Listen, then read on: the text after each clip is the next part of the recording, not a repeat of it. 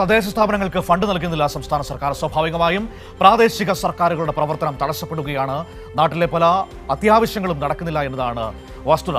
സന്തോഷ് സർലിംഗ് കൂടി എന്നോടൊപ്പം ചേരുകയാണ്. നോക്കാം എന്തൊക്കെയാണ് നമ്മുടെ പ്രാദേശിക സർക്കാരുകളായ തദ്ദേശ സ്ഥാപനങ്ങളിൽ സംഭവിച്ചുകൊണ്ടിരിക്കുന്നത്. Santhosh, good morning. സന്തോഷേ, സർക്കാർ ഫണ്ട് കൊടുക്കുന്നില്ല, പ്രാദേശിക സർക്കാരുകളുടെ പ്രവർത്തനം ആകപ്പാടെ തകരാറിലായിരിക്കുകയാണോ? അടിയന്തര ആവശ്യങ്ങൾ പോലും നിറവേറ്റാൻ പണമില്ലാത്ത അവസ്ഥയിലേക്ക് തദ്ദേശ സ്ഥാപനങ്ങൾ പോകുന്ന സ്ഥിതിയാണോ ഉള്ളത്?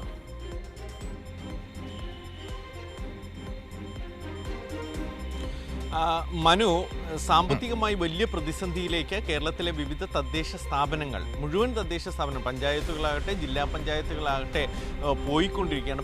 ഇപ്പോൾ നമ്മളോട് സംസാരിച്ചത് പാലക്കാട് ജില്ലാ പഞ്ചായത്തിൻ്റെ വൈസ് പ്രസിഡന്റ് സരിതയാണ്.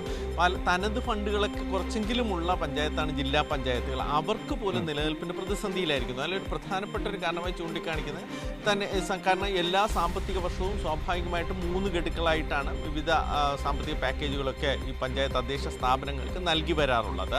പക്ഷേ കഴിഞ്ഞ പ്രാവശ്യം അത് നൽകാൻ കഴിഞ്ഞില്ല. തിരഞ്ഞെടുപ്പ് പ്രഖ്യാപിച്ചതുകൊണ്ട് തന്നെ പിന്നീട് അനുമതി തിരഞ്ഞെടുപ്പ് കമ്മീഷൻ നൽകിയതുമില്ല. പുതിയ സർക്കാർ വരട്ടെ എന്ന് പറഞ്ഞു.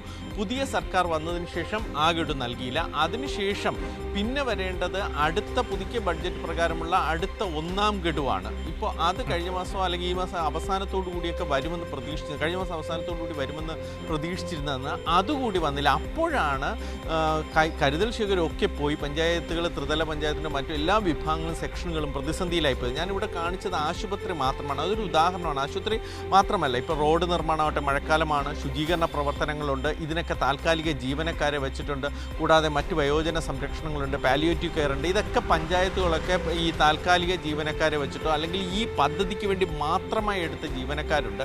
ഈ ജീവനക്കാർക്ക് ഇപ്പോൾ ശമ്പളം കൊടുക്കാനില്ലാത്ത അവസ്ഥയാണ്. ഈ സർവീസ് സംഘടനകളൊക്കെ, സർവീസ് ജീവനക്കാർക്കാകട്ടെ അത് സ്വാഭാവികമായിട്ടും. പക്ഷേ പഞ്ചായത്തുകൾ സ്വന്തം നിലയ്ക്ക് നടത്തുന്ന പദ്ധതികൾ അല്ലെങ്കിൽ നേരത്തെ ബഡ്ജറ്റിൽ പ്രഖ്യാപിച്ച പദ്ധതികൾക്ക് നടപ്പിലാക്കുന്ന പഞ്ചായത്തുകൾ, ഇവർക്കൊക്കെ ശമ്പളം കൊടുക്കാനാകാത്ത സ്ഥിതി. അപ്പോൾ ഇതെന്തുകൊണ്ടാണ് സംഭവിക്കുന്നത് എന്നത് തന്നെ നമ്മൾ ഈ ജില്ലാ പഞ്ചായത്തോ അല്ലെങ്കിൽ മറ്റ് പഞ്ചായത്ത് പ്രസിഡന്റുമാരോടൊക്കെ ചോദിക്കുമ്പോൾ അവർ പറയുന്നത് ഈ സർക്കാരിൻ്റെ മുൻഗണന മാറിപ്പോയി എന്നതാണ്. അതായത് സാധാരണ രീതിയിൽ മുൻ LDF സർക്കാരുകളാകട്ടെ എപ്പോഴും ഈ ത്രിതല പഞ്ചായത്തുകളെ ശാക്തീകരിക്കാൻ, അതായത് അധികാര വികേന്ദ്രീകരണം എന്ന ലക്ഷ്യത്തോടു കൂടി അവർക്ക് പദ്ധതി വിഹിതമായിട്ടോ ബഡ്ജറ്റ് വിഹിതം കൃത്യം തുക അവരിലേക്ക് എത്തിക്കാൻ എപ്പോഴും ശ്രമിച്ചിരുന്നു. അതുകൊണ്ട് തന്നെ കീഴ്ത്തട്ടിലെ ഭരണങ്ങൾക്ക് വലിയ പ്രയാസങ്ങളൊന്നും നേരിട്ടിരുന്നില്ല. പുതിയ പുതിയ പദ്ധതികൾ ഉണ്ടാക്കാൻ അവർക്ക് കഴിഞ്ഞു. പക്ഷെ മാറി വന്ന സർക്കാരിൻ്റെ മുൻഗണനാക്രമം അതിൽ നിന്നും മാറി. ത്രിതല പഞ്ചായത്ത് അല്ലെങ്കിൽ തദ്ദേശ സ്ഥാപനങ്ങൾ, അധികാര വികേന്ദ്രീകരണം എന്നീ ലക്ഷ്യമൊക്കെ മാറിയിട്ട് മറ്റു ലക്ഷ്യങ്ങളിലേക്ക്, അപ്പം തുക അതിലേക്ക് വകമാറ്റുകയാണ് ചെയ്തത്. അപ്പോൾ കുഴപ്പത്തിലായിപ്പോയത് പഞ്ചായത്തുകളാണ്. ഈ പഞ്ചായത്തുകളുടെ അവസ്ഥ നമുക്കറിയാം. അവരാണ് ഏറ്റവും താഴെ തട്ടിൽ പൊതുജനങ്ങളുമായി അടുത്ത് ബന്ധമുള്ളവർ. ഏറ്റവും പഴികേൽക്കുന്നതും അവർ തന്നെയാണ്. ഞാൻ നേരത്തെ പറഞ്ഞ പോലെ ഈ ആശുപത്രികളാകട്ടെ, റോഡുകളാകട്ടെ, ഏതെങ്കിലും തരത്തിലുള്ള പ്രവർത്തനങ്ങളാകട്ടെ, നാട്ടുകാർ നേരിട്ട് കണ്ട് സംസാരിക്കുന്ന പഞ്ചായത്തുകൾക്ക് അതിനനുസരിച്ച് പദ്ധതികൾക്കൊന്നും തുക വലിക്കാൻ കഴിയുന്നില്ല. നേരത്തെ ആരംഭിച്ച പദ്ധതികളൊക്കെ ഇനി എന്ത് ചെയ്യും എന്നറിയാത്ത അവസ്ഥയിലാണ്. അപ്പോൾ ഇനിയിപ്പോൾ അടുത്ത ഗഡുവിൻ്റെയൊക്കെയുള്ള കാലഘട്ടത്തിലേക്ക് പോവുകയാണ്. സ്വന്തം നിലയ്ക്ക് ഫണ്ട് കണ്ടെത്തേണ്ട അവസ്ഥയാണ്. ഇതിൽ പഞ്ചായത്തുകളെന്ന് പറയുമ്പോൾ അത് എല്ലാ രാഷ്ട്രീയ പാർട്ടികളും ഭരിക്കുന്ന പഞ്ചായത്തുകളുണ്ട്. അപ്പോൾ എല്ലാവരും ഈ പ്രതിസന്ധിയിലാണ്. അപ്പോൾ ഇവർക്കൊരു പ്രക്ഷോഭത്തിലേക്ക് പോയാലോ എന്നൊരു ആലോചനയിലാണ്. ധനകാര്യ വകുപ്പുമായി സംസാരിക്കുന്നുണ്ട്, മുഖ്യമന്ത്രിയുമായി സംസാരിക്കുന്നുണ്ട്.